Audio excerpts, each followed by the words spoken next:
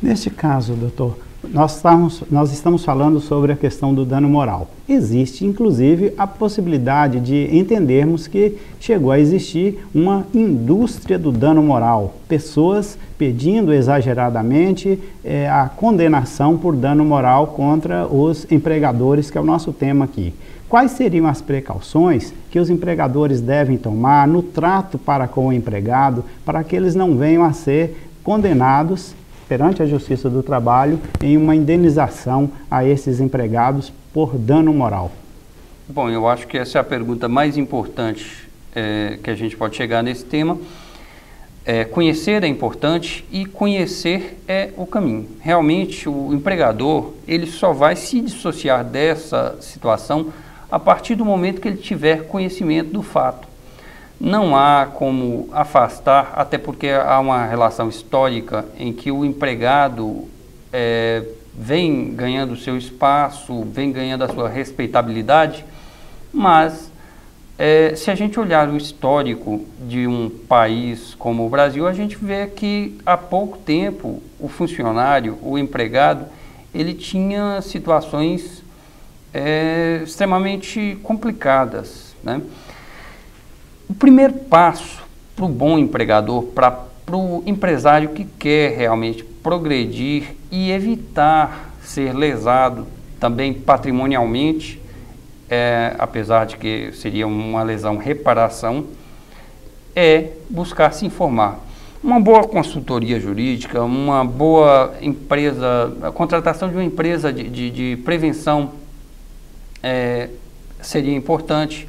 Existem empresas que trabalham com a parte, principalmente a parte de saúde,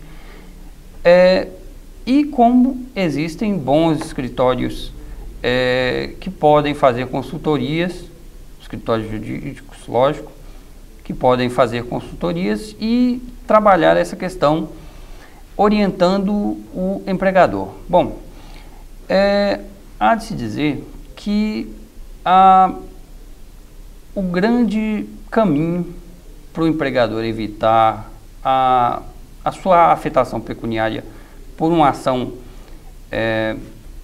reclamatória por dano seria mesmo a necessidade de um trabalho sistemático na empresa. Esse trabalho focaria o treinamento não só do próprio empresário diretamente, como de seus prepostos, da sua cadeia de mando, até a chegada nos próprios funcionários. Esse trato teria a condição de se evitar uma coisa que eventualmente parece comum nas empresas, uma chacota, algo semelhante até ao bullying, doutor. Certo. Mas que eventualmente pode se tornar um problema na organização empresarial e um problema para um funcionário específico. Há de se falar que hoje as figuras buscam as figuras empresariais, elas buscam outro caminho, que é a figura do empregador que tem colaboradores, né? Seria a atração dos funcionários por uma meta, a atração dos funcionários por um caminho, mas isso sempre sistematizando os métodos de trabalho e organizando a cadeia de mando no sentido de mandar com a capacidade de não inferir em quem recebe a ordem a dificuldade ou de ser afligido pelo dano moral. Doutor Marcelo, você disse da possibilidade de a empresa se precaver, cuidar para evitar um maltrato perante o empregado.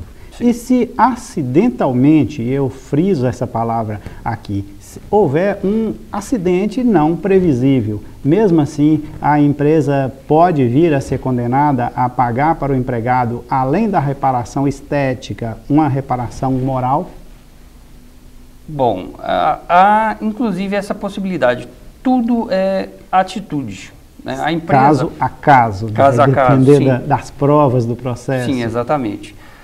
As empresas, elas podem tomar atitudes defensivas ou usar aquilo que às vezes alguns preferem, né? Deixar as coisas seguirem o rumo.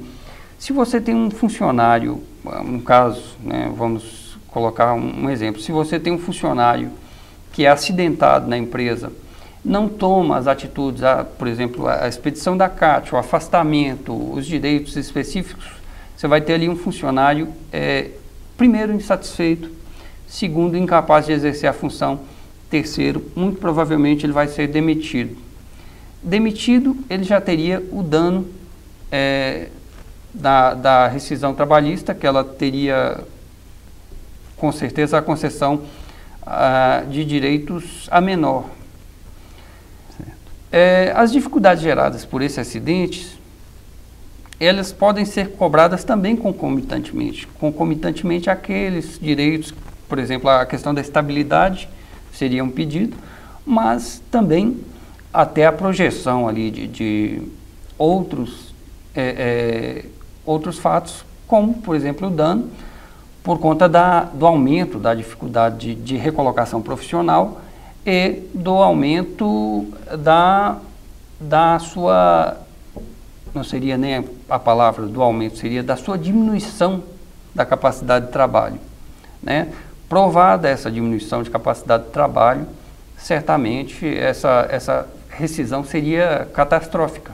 Ela geraria, sim, um dano moral, é um exemplo possível para esse fato, que a gente espera, por prevenção, evitar.